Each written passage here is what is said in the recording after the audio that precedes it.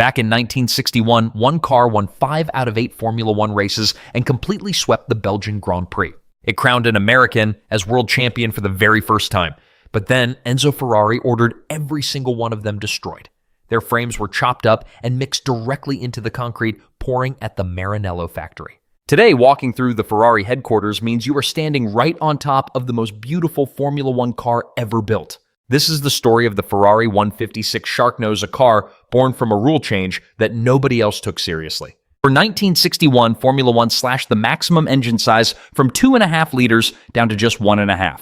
British teams complained, lobbied hard, and dragged their feet when it came to building new cars.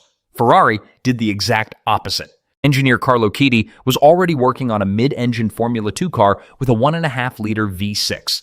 When the rules shifted, that became the foundation for the 156. Chiti made one critical tweak. He opened up the angle between the cylinder banks from 65 degrees to 120. This flat layout dropped the center of gravity below any rival, pumping out 190 horsepower at 9,500 RPM. Weighing just 460 kilograms, it was compact, light, and incredibly fast. But the bodywork was what made it truly unforgettable.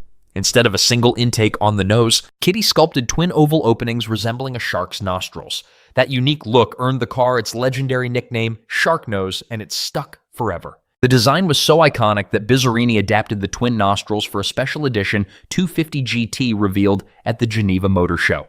Out on the track, the Sharknose proved unbeatable. At Spa, for the Belgian Grand Prix, Phil Hill crossed ahead of Wolfgang von Tripp's Richie Ginther and Olivier Gendebien to secure a 1-2-3-4 Ferrari finish. That is still the last time any single team locked out the top 4 spots in a Formula One race. 2 races later at Aintree, Ferrari claimed another podium sweep. The British team, still scrambling to match the engine rules, had absolutely no answer. Heading into the Italian Grand Prix at Monza, von Trips led the championship battle by just 4 points over his teammate Hill. The title was set to be decided on Ferrari's home turf.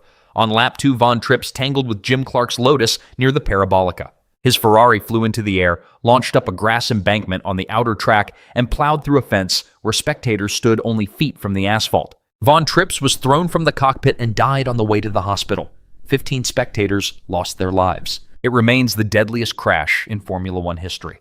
The race was never stopped. Phil Hill crossed the line first, completely unaware that his friend and teammate was gone.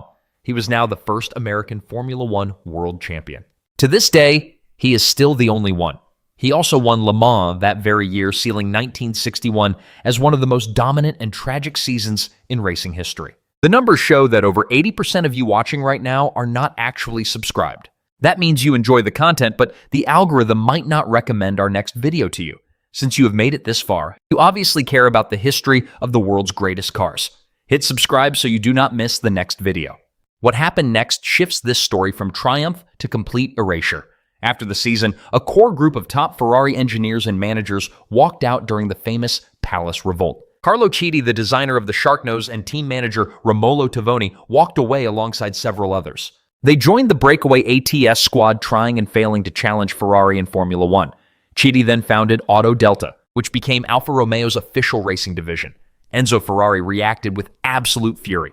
By late 1962, he ordered every single remaining Sharknose crushed. Ex-Ferrari technician Angelo Castelli later revealed that the steel frames were chopped up and blended into the concrete mix poured for a new factory expansion. They kept the engines and gearboxes since they still had mechanical value. The actual bodies and chassis vanished forever. For almost every car that has won a Formula One World Championship, at least one original survivor still exists today. The Sharknose is the sole exception. Decades down the line, British musician Chris Rea built a replica for his film La Passione, capturing Von Trips and that 1961 season.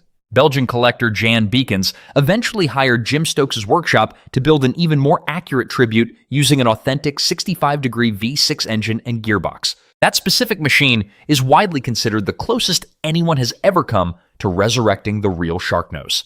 A car sitting in the Galleria Ferrari in Maranello sports the iconic Sharknose body, but that one is almost certainly a replica too.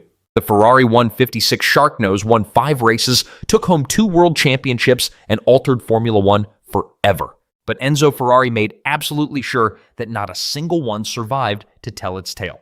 If you want to see the car that humiliated Ferrari on home soil 6 years later, make sure to subscribe, and I will see you in the next video.